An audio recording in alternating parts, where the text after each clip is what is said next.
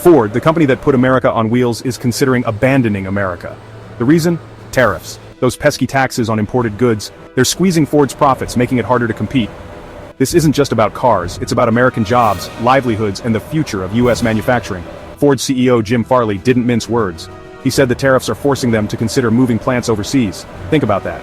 Ford, a symbol of American ingenuity, pushed out by policies meant to protect American jobs.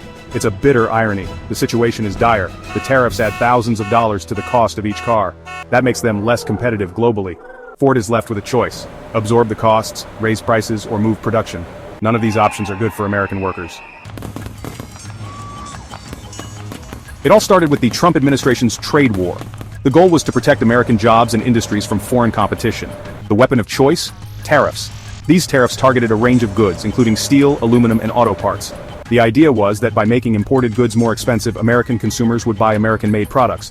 But the reality is far more complex. Tariffs are a blunt instrument. They create winners and losers. And in this case, the American auto industry is on the losing side. The tariffs have increased the cost of imported parts, making it more expensive to build cars in the U.S. This puts American automakers at a disadvantage compared to their foreign counterparts.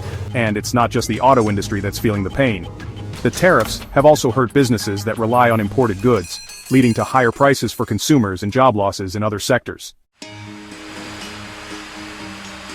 Ford's potential move isn't just about one company, it's a canary in the coal mine for the entire U.S. manufacturing sector. If Ford goes, who's next? General Motors? Toyota? The ripple effects could be devastating. Imagine the impact on those factory towns. The jobs lost, the families struggling, the communities hollowed out. It's a grim picture, but it's the reality we face if we don't change course. And it's not just the auto industry. Tariffs have a domino effect. When one industry suffers, others follow. Suppliers, distributors, retailers, the entire supply chain feels the pain. Section 4. A house divided. Will Trump's response help or hurt? The Trump administration has defended its tariffs, arguing they are necessary to protect American jobs. They point to the recent easing of tariffs on auto parts as a sign of their commitment to the industry. But critics argue that this is too little, too late. The tariffs on imported cars remain in place, and the damage may already be done. Ford's potential move is a clear indication that the administration's policies are having the opposite of their intended effect.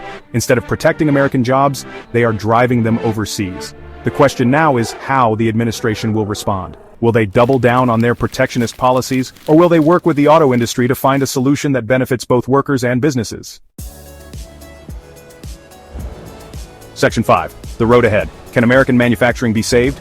The situation is critical, but it's not hopeless. We can still turn things around, but it requires a change in course. We need to move away from protectionism and embrace policies that promote free trade and open markets.